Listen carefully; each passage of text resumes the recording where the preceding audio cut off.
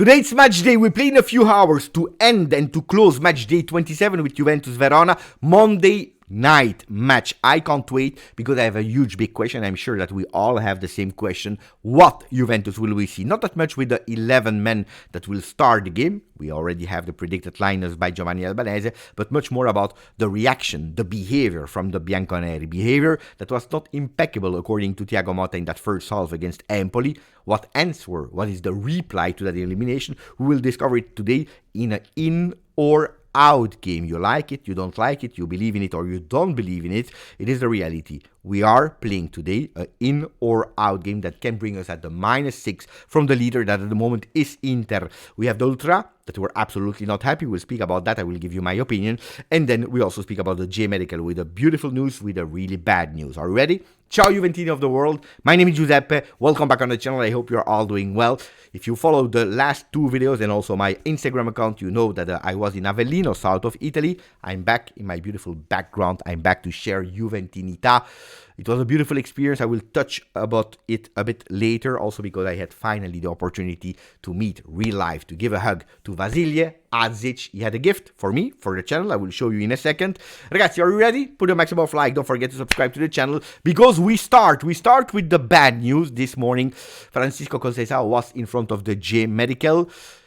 Third muscular injury for the player. We don't have at the moment the official news, so we hope there is no lesion. If no lesion, he will probably miss today's game, the one against Atalanta on Sunday, and then coming back after the international break. Hopefully there is no lesion, otherwise it can be even longer. What I really appreciated about the Portuguese number 7 is that this morning, instead of rushing towards the entry of the J Medical, he really stopped there for 3-5 minutes with all the supporters that were there casually, and he took some selfies with kids, with the parents, with everyone, and that's a really beautiful gesture, really something extremely kind. It's not obvious because when you have that injury, when you are worried about yourself, about your health, and you want to know as soon as possible how many games you will miss, well, usually you just take a picture, you enter just to be polite. Well, he took the time to be available for everyone, so bravo Francisco.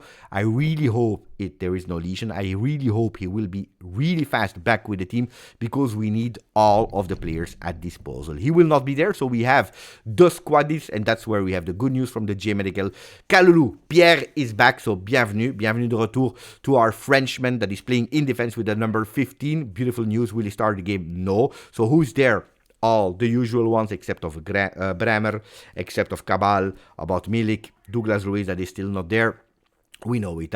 Also Conceicao that will miss the game of today. We have Alberto, Costa, we have Gatti, Kelly, Kalulu, Cambiaso, and Rui in defense, Locatelli, McKennie, Koopmeiners, and Thuram in the middle of the field, and then Vlahovic, Yildiz, Gonzalez, Colomwani, Wea, and Bangula. You will probably tell me, Beppe, but we are a bit short in some sectors. Was it not the point to call up some next-gen players? Well, the answer is easy, no. Why? Because yesterday they were in south of Italy playing an important game against the second one in Serie C, Avellino, that at the end of the game won 2-1. I can tell you, I was there, I watched the game. We have been robbed. We have been robbed against a really beautiful, solid Avellino. A draw would have been much more fair.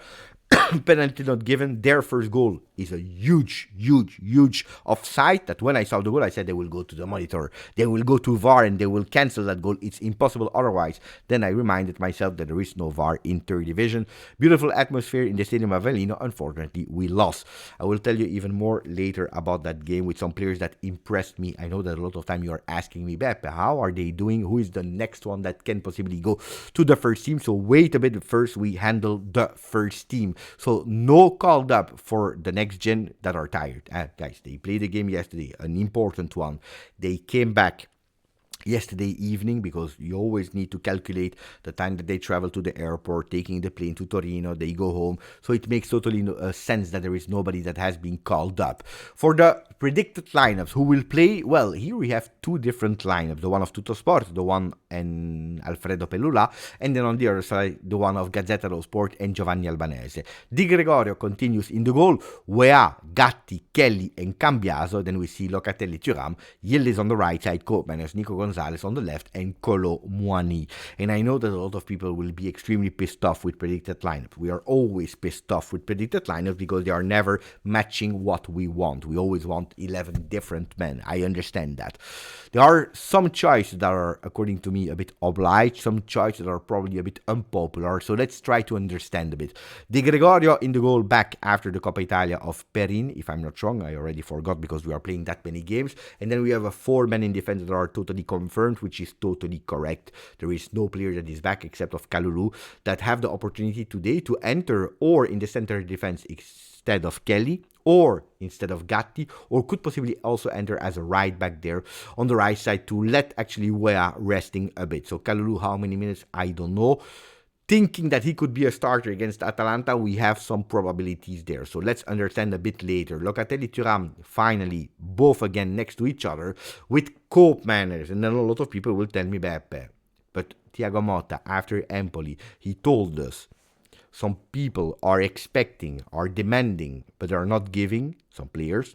Who was he speaking about? Because if that message was to some players, we were all thinking it was to Vlahovic, to Koopmeiners, to Nico Gonzalez, to Cambiaso, but then we see Cambiaso is there, Koopmeiners is there, Nico Gonzalez is there. Who was he speaking about? Well, Koopmeiners is, according to me, more an obliged choice than something else. For what reason? Because we saw it, Weston McKennie gave a lot this season, and we saw it in the last 2-3 games. He was out of breath, no energies anymore, so it's more an obliged choice to rest McKennie, because we play already immediately on Sunday against Atalanta before the international break. We know it, he will go to the other side of the world, to USA again, so a big long trip for him. So if it's the case to let him rest before a big game against Atalanta, I think it's a right choice.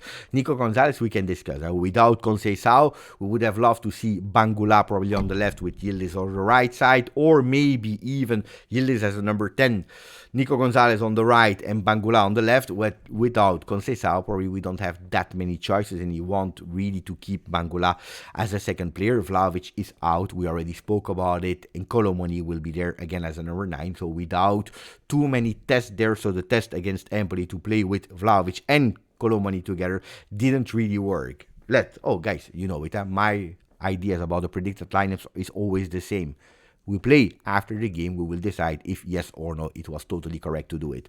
We open a new chapter, the one of the supporters. I'm not speaking of all the supporters, but I'm speaking about the Ultra, at least 300 of them.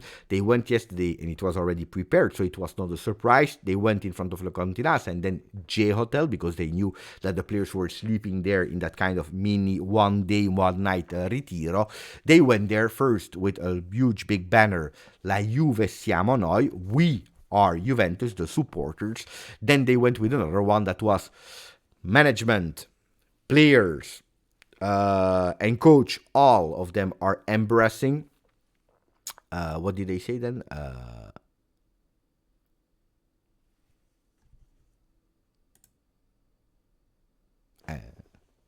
I wanted to translate. I'm sorry. I wanted to translate it, but then I remembered myself that probably YouTube will ban me. So I will not say. They will just saying the management, the coach, and the players were embarrassing, and we are a bit annoyed with the situation with different words. I will not translate it. I'm sorry for that. I was frozen for a bit. Look, according to me, protesting is correct. You have the right to protest. It's absolutely legit. I can understand also if you are out against PSV, if you're out against Empoli, if you were waiting for the management to speak and they didn't really speak, they waited until the day after for 3-4 minutes in front of the microphones of Sky Sport.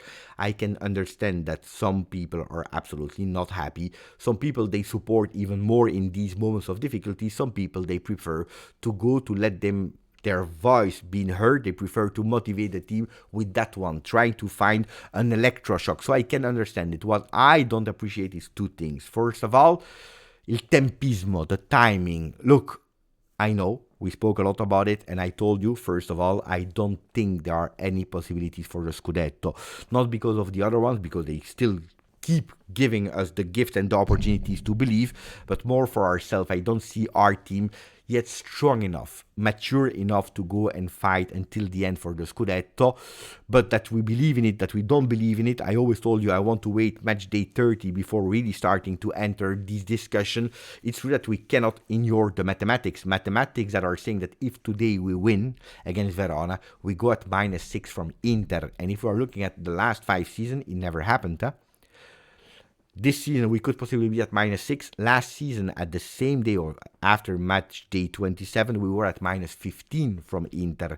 2 seasons before, I don't really want it to take into consideration because they were the -10, -15 points. But anyway, even without all these points, we would not have been at -6, much more. After match day 27, we were at -7 in 21-22 from Napoli and Milan. And in 2021, the first year where we lost the Scudetto with Andrea Pirlo, we were also at -7 after match day 27. So we have the possibility really to be as close as never before in the last 5 years of no Scudetto. So timing is probably not the right one, because if you want an electroshock, it could possibly even work, but I think that it would have been much better to support the team instead of trying to destroy. But what I really condemn and don't appreciate at all, what hurt me a lot, were the insults to, for example, Thiago Motta, that I really didn't appreciate at all. You can dislike a coach, you can dislike a player, you can dislike a manager, then going like that in the middle of the night in front of the hotel, starting to insult the coach that will be there until tomorrow, until the end of the season, until the end of his contract, maybe even extending, but going and insulting, it's not good. It's absolutely not good. It gives a really bad image, first of all.